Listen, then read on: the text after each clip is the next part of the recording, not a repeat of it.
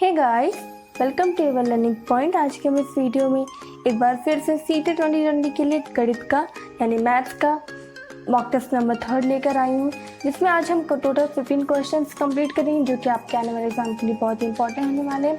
ये 15 जो क्वेश्चंस होंगे इनमें मैथ्स भी होगी और प्लस इसमें पेडागॉजी क्वेश्चंस भी आपको देखने को मिलेंगे। तो चलिए स्टार्ट करते हैं हमारा आज का ये वीडियो। आज के वीडियो का सबसे पहला क्वेश्चन है कि एक दुकानदार एक सिलाई मशीन 850 रुपये में खरीद कर 1020 रुपये में बेचता है, तो उसने कितने प्रतिशत लाभ हुआ। इसे सॉल्व करिए, क्योंकि मॉक टेस्ट है तो इसमें मैं आपको पहले सॉल्व नहीं करके दिखाऊंगी।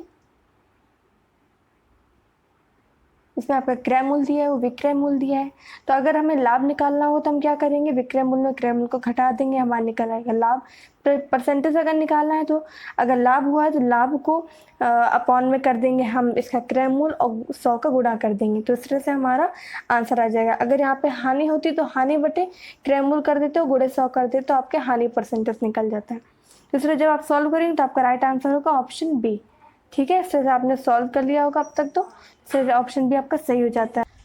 नेक्स्ट क्वेश्चन है क्वेश्चन नंबर 2 कि प्रारंभिक कक्षाओं में गणितीय अवधारणा के विकास में निम्नलिखित निर्देशों का अनुक्रम किस प्रकार किया जाना चाहिए।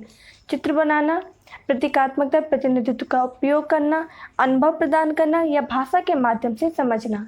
हमें क्रम निर्धारित करना है। क्या उन्हें गणितीय अवधारणा पढ़ानी, उनका विकास करना है, तो हमें सबसे पहले क्या करना चाहिए, फिर क्या करना चाहिए। क्या राइट आंसर होगा इसका, ऑप्शंस देख लीजिए।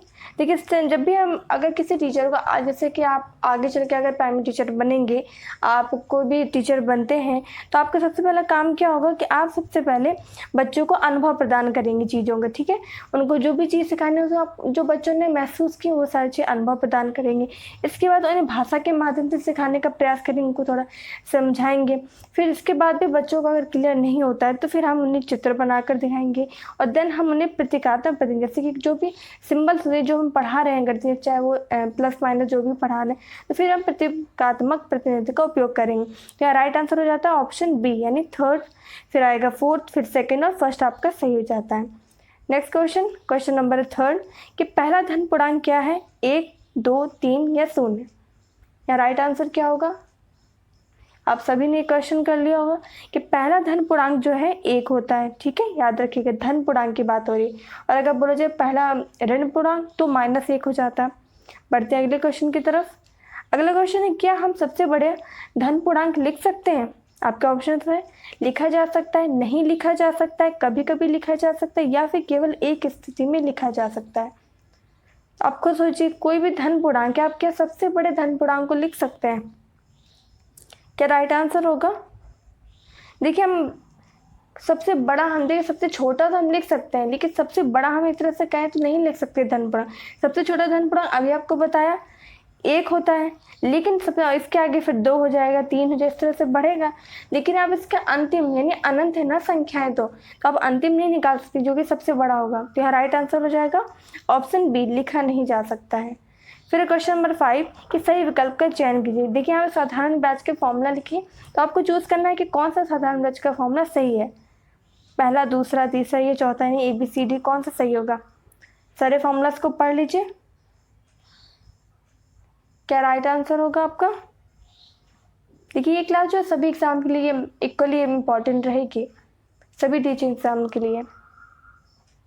तो यहाँ राइट आंसर का ऑप्शन ए, साधारण ब्याज इक्वल टू होता है मूलधन गुणे दर गुणे समय बटे 100। ठीक है, याद रखिएगा।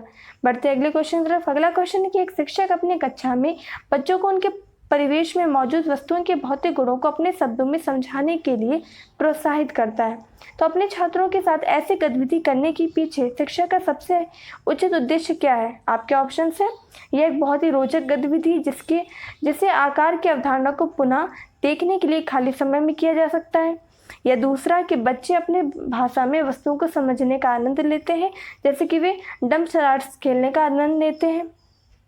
सी ऑप्शन, ये बच्चों को अनौपचारिक रूप से किसी वस्तु के भौतिक गुणों का निरीक्षण करने का अवसर देता है, जो आकारों के बारे में उनकी समझ को गहन बनाता है, या फिर ऑप्शन डी की यह एक उपयोगी गतिविधि जो एक बच्चे को आकारों का परिचय कराती है।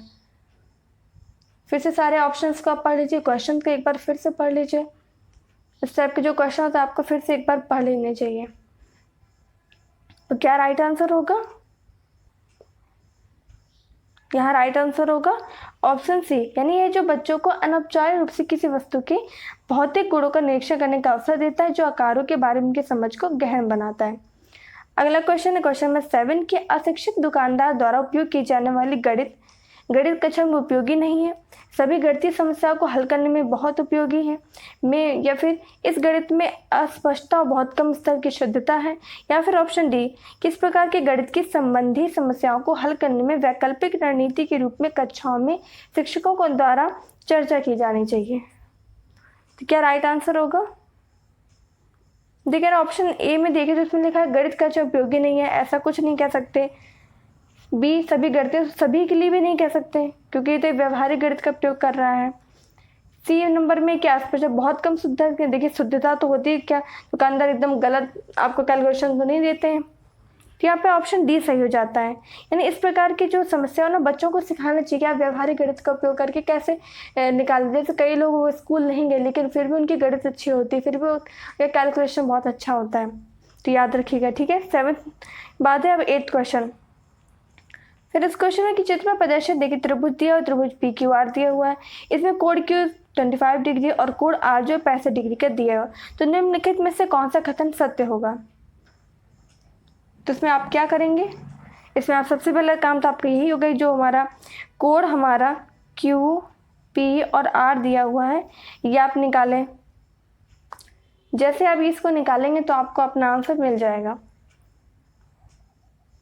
और देखिए आपके इनमें से कोई भी क्वेश्चन में आपको कोई भी कंफ्यूजन हो रहा है, डाउट हो रहा हो, या आपको लग रहा है मैंने आपको सही से नहीं बताया, गलत बताया, तो आप कमेंट करके जरूर पूछ लीजिएगा। और आपकी डाउट क्लास आपको पता है कि थर्सडे को होगी,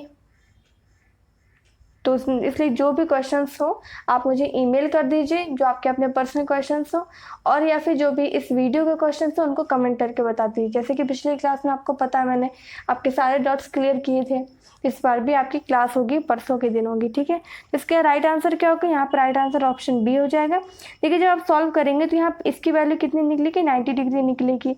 अगर 90 डिग्री तो आप पाइथागोरस प्रमेय जब लगाएंगे तो ये जो हमारी वैल्यू यानी क्यू आर जो होगा ये हमारा कर्ण हो जाएगा, ये हमारा हो जाएगा लंब, और ये हमारा हो जाएगा आधार। और ये तो पता है कि पाइथागोरस प्रमेय जो होती है वो होता है कि कर्ण स्क्वायर इक्वल टू होता है लंब स्क्वायर प्लस आधार स्क्वायर। जब सॉल्व करेंगे तो इस तरह से क्यू आर का स्क्वायर इक्वल टू हो जाएगा पी आर का स्क्वायर प्लस पी क्यू का स्क्वायर, तो ऑप्शन बी सही हो जाएगा। फिर नेक्स्ट क्वेश्चन, क्वेश्चन नंबर 9 कि यदि दो भिन्नों का गुणनफल 14/15 है तथा उनका भागफल 35/24 है तो उनमें से बड़ी भिन्न कौन सी होगी? ये आपको सॉल्व करना पड़ेगा।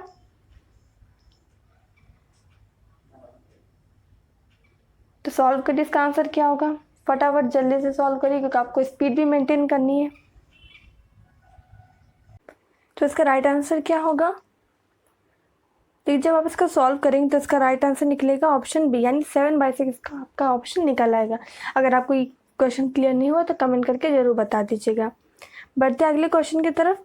अगला क्वेश्चन है क्वेश्चन नंबर 10। क्वेश्चन नंबर 10 में कहा गया है निम्नलिखित में से कक्षा में हो रहा कौन सा कार्य एक गतिविधि है? आपके ऑप्शन है शिक्षक समझाते हैं कि प्रश्न कैसे हल करें, बच्चों द्वारा कविता के रूप में गिनती का वाचन, बच्चों द्वारा श्यामपट्ट से नकल करना, या फिर बच्चों को अन्वेषण में लगाना।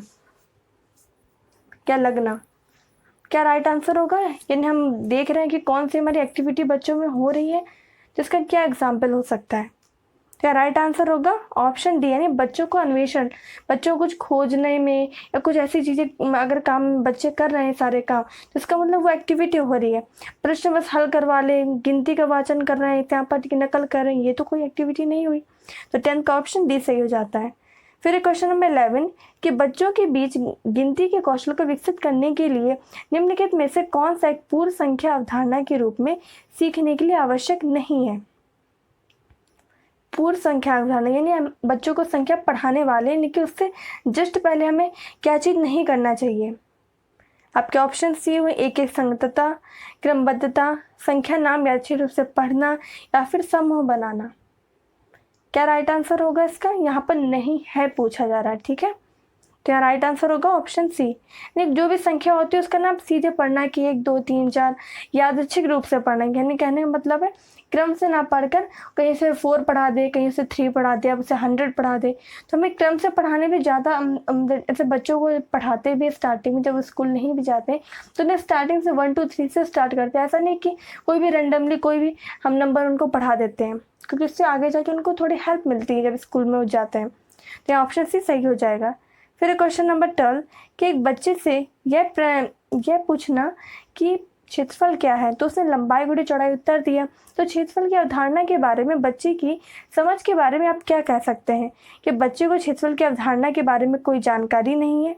बच्चे ने किसी भी बंद आकार के क्षेत्रफल के सामान्य विचार को आयत के क्षेत्रफल के रूप में उपयोग किया है, या फिर बच्चा सही कह रहा है क्योंकि क्षेत्रफल लंबाई गुणे चौड़ाई होता है, या फिर ऑप्शन डी कि बच्चा क्षेत्रफल और परिमाप की अवधारणा के बीच उलझन में है।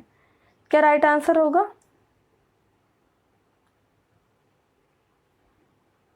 फिर से ऑप्शन सारे पढ़ लीजिए। तो इसका राइट आंसर क्या होगा? Option B. यहाँ पे ऑप्शन बी सही हो जाएगा। यानी बच्चे ने अगर सिर्फ ये उत्तर दिया कि लंबाई गुणे चौड़ाई, जो कि क्षेत्रफल आपको सभी को पता है आयत का होता है, तो इसका मतलब बच्चे ने जो क्षेत्रफल पढ़ा है सिर्फ आयत का ही पढ़ा है। तो यहाँ पे ऑप्शन बी सही हो जाता है। फिर क्वेश्चन नंबर 13 कि दिए गए चित्र में कितने वर्ग हैं। अब आपको ये वर्गों की गिनती करनी, काउंटिंग करनी है। करिए फिर कितने होंगे इसमें टोटल? 11 होंगे या 12 होंगे या 13 होंगे या 14 होंगे? तो आपने अब तक तो सॉल्व कर लिया होगा। यहाँ पे कितने वर्ग होंगे, स्क्वायर की बात कर रहा है। तो यहाँ राइट आंसर होगा ऑप्शन डी। देखिए कौन कौन से। सबसे पहले छोटे वर्ग को ले लें तो 1 2 3 4 5 6 7 8 9 9 तो ये हो गए। अब आप देखेंगे तो एक ये हमारा वर्ग बन रहा है, इसी तरह से एक ये हमारा वर्ग बन रहा है, इसी तरह से एक ये हमारा बन रहा है और एक ये बन रहा है। यानी 9 तो पहले हो गए थे, बाकी के 1 2 3 4 9 4 13 है और एक ये बड़ा वाला हो गया। तो टोटल 14 आपकी कंप्लीट हो गई। 13 का ऑप्शन डी सही हो जाएगा। फिर क्वेश्चन नंबर 14 कि निम्नलिखित में से कौन सा खुला अंत वाला प्रश्न है। ठीक है, खुला अंत वाला बंद अंत वाला आपको ईवीएस का जब कराया था तब भी बता चुकी हूँ, इसके पहले भी आपको बता चुकी हूँ। और चलिए आज मैं फिर से आपको इसको क्लियर करती हूँ। खुला अंत वाला मतलब है ऐसा प्रश्न जिसका अंत निश्चित ना हो, यानी कि ऐसा क्वेश्चन हम बच्चों से करें जब जिसके उत्तर जो है बच्चे अलग अलग दें, अलग अलग बच्चों के अलग अलग उत्तर आ सके। जैसे कि हम बात करें, ये बताइए कि हमें पेड़ों से क्या क्या लाभ मिलता है, तो इसका उत्तर ये यहाँ पे खुला अंत वाला हो, क्योंकि हर बच्चा अपना अपना एग्जाम्पल देगा। बहुत सारे एग्जाम्पल्स हो सकते हैं, लेकिन वह अगर बोला जाए कि हमारे वायुमंडल में कितने % नाइट्रोजन है, तो 78%। सभी बच्चों को पता होगा 78%, यानी एक निश्चित हमारा आंसर है। तो यहाँ पे राइट आंसर, यहाँ पे खुला अंत वाला प्रश्न की बात हो रही है। तो आपके ऑप्शन से 15 गुणे 3 का मान ज्ञात कीजिए, या आप 15 को 3 से गुणा किस प्रकार करेंगे, हम ये क्वेश्चन बच्चों से पूछे, या फिर कोई दो संख्या लिखिए जिनका गुणनफल 45 हो, या फिर संख्या रेखा का प्रयोग करते हुए 3 बार 15 का मान ज्ञात कीजिए। तो क्या राइट आंसर होगा? बच्चे किसमें ज़्यादा चीज़ें सोचेंगे, कैसे बच्चों के अलग अलग उत्तर हो सकते हैं। तो इसका राइट आंसर क्या होगा? Option C. देखिए यहाँ 45 गुणनफल की बात हो रही, तो हो सकता है कोई बच्चा 1 गुणे 45 कर दे, तब भी हमारा 45 आएगा। हो सकता है कोई बच्चा जो है 9 × 5 कर दे, तब भी हमारा 45 हो जाएगा। नहीं, कई तरीके से कर सकता है। तो यहाँ पे 14 का ऑप्शन सी सही हो जाता है। बढ़ते अगले क्वेश्चन की तरफ, जो कि आज की वीडियो का लास्ट क्वेश्चन होगा। अब आपका क्वेश्चन है ये क्वेश्चन वो जो कि आपको लास्ट वाले जब आपको मॉक टेस्ट कराया तब भी कराया था, और साथ ही आपने जो डाउट क्लास में भी आपने पूछा था। क्वेश्चन है कि 4 5 और 6 का सबसे छोटा सारगुणज और 5 6 9 का सबसे छोटा सारगुणज का अंतर क्या होगा। दोनों का सारगुणज निकाला, दोनों का अंतर निकालना है। फिर तो क्या राइट आंसर होगा? सबसे पहले सारगुणज आपको बताया था, सारगुणज क्या होता है, सारगुणनखंड क्या होता है। अगर आपने वीडियो नहीं देखा है पिछला वाला डाउट क्लास वाला, तो जरूर देख लीजिएगा। तो यहाँ राइट आंसर क्या होगा? तो राइट आंसर हो जाता है ऑप्शन ए, यानी 30 जो होगा यहाँ पे आंसर हो जाएगा। ठीक है, तो इस तरह से हमारे आज के जो वीडियो क्वेश्चन से कंप्लीट होते हैं। आपका आज का स्कोर क्या था प्लीज़ कमेंट बॉक्स में कमेंट करके जरूर बताइए। जिस क्वेश्चन डाउट है उस क्वेश्चन का नंबर डाल दीजिएगा, और चैनल को पर नए तो चैनल को सब्सक्राइब जरूर कर दीजिए। वीडियो पसंद आए तो वीडियो को लाइक कर दीजिएगा और दोस्तों शेयर जरूर कर दीजिएगा। Thank you so much.